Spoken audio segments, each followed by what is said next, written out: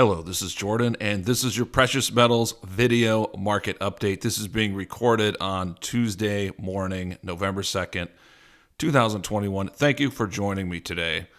And in this video, I'm going to talk about the coming catalyst that is going to turn around precious metals and what that is. And if you've been watching my channel and following my work, you know that I'm talking about the Federal Reserve starting to hike interest rates.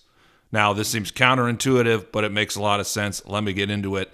In this chart, we plot the Fed funds rate at the top. Then we have gold. Then we have the gold stocks. That's the Barron's Gold Mining Index. That's a historical look.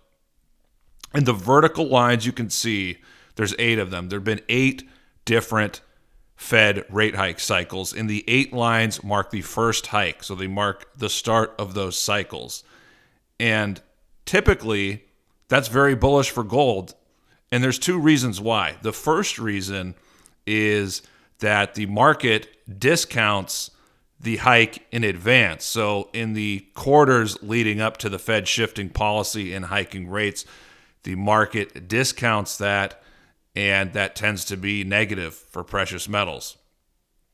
Now, the second reason is, and this applies, it applied more in the 70s, also in the mid-2000s, and I think it's probably going to apply over the next couple of years, and that is the Fed they start to hike rates when they know that inflation is picking up and it's a threat to accelerate. And we know that the only time the Fed stayed ahead of the curve in hiking rates was that 1979 to 1981, 82 period. So the Fed, if inflation is running, the Fed will hike rates, but they'll let it continue to run and they'll just hike rates in kind of a baby step kind of fashion. So that's why, those are the reasons why the Fed starting these rate hike cycles, why they tend to be very significant and very bullish for gold.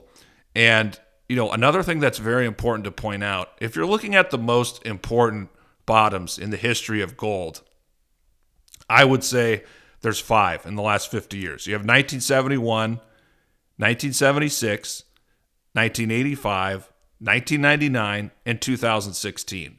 Now, 4 of those 5 were marked by the Fed starting to hike rates.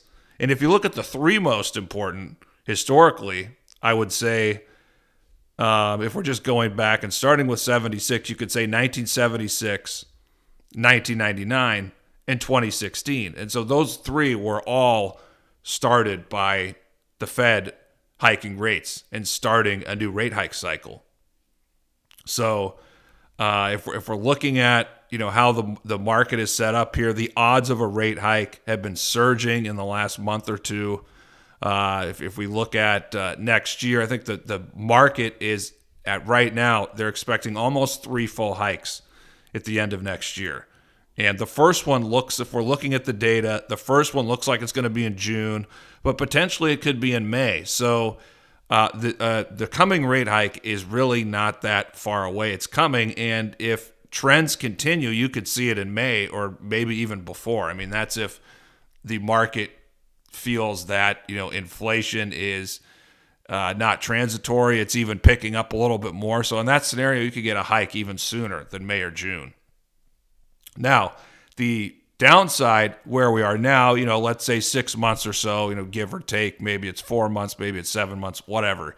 The downside is in that period leading up to the hike, gold typically sells off. So we could see gold make a lower low, make a new corrective low. However, if we look at the last 4 rate hikes, the rate hikes to start the last 4 cycles, gold has an average rebound of about 26%. So me, I like to be conservative, but looking at the data, and if we're being conservative, and we take 26, 27% rally from, I don't know if it's 1550 or 1600. You're looking at, towards the end of next year, gold at a $1,950 to $2,000 gold price. So the outlook for gold next year is very bullish based on this rate hike. However, we have to get to the rate hike first, and that's why you have to be careful over the coming months. The market could sell off, the stocks could sell off, and that is why you need to know which companies you want to buy and get ready for what's going to be a very, very good buying opportunity.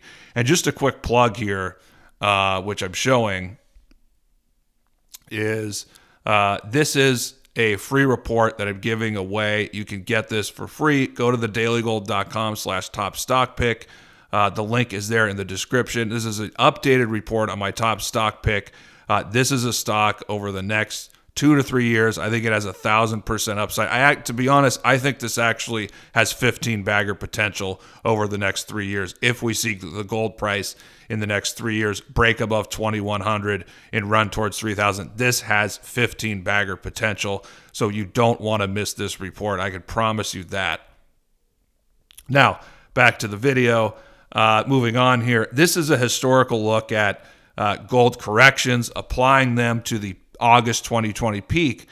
And the blue there, that's the average of 6 corrections, the blue line. The black is where we are here and now at present, the present correction. And the red is the average of the 3 worst corrections.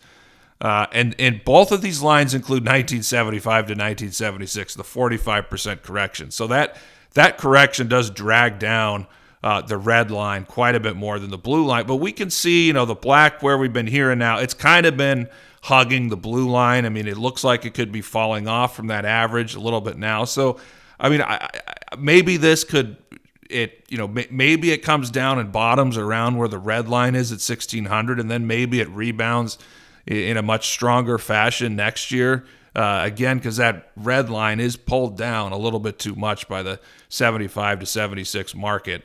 But this is a historical look and seeing how the current correction sets up.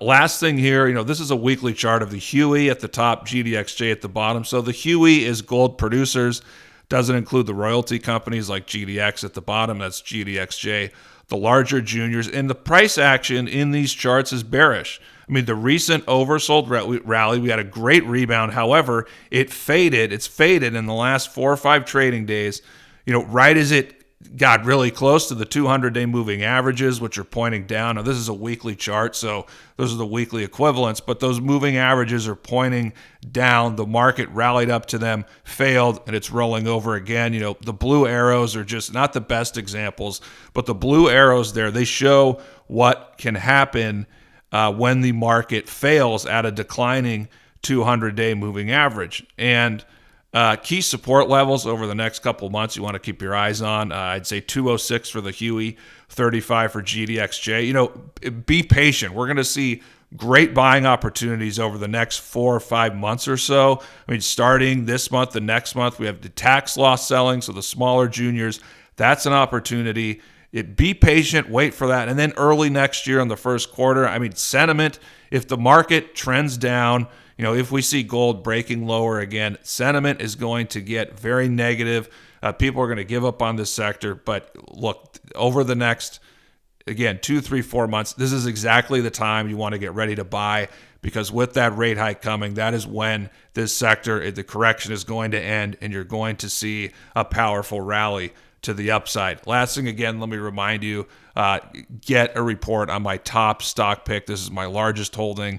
The link is there in the description. Again, I think this has 1,000% upside over the next 2 to 3 years. And if we see gold break above 2,100 over the next 3 years, this is a stock that I do think has even 15x potential. These are the companies you guys want to own over the next couple years, companies that have a real promising outlook. They're going to be successful even if gold's at 17, 1,800. They don't need 2,000 gold to survive, yet they have the type of business where if the gold price breaks out, their gains are going to grow and be quite leveraged. So hope you liked the video. Let me know what you think, and I look forward to doing another update for you guys in the weeks ahead. Thank you.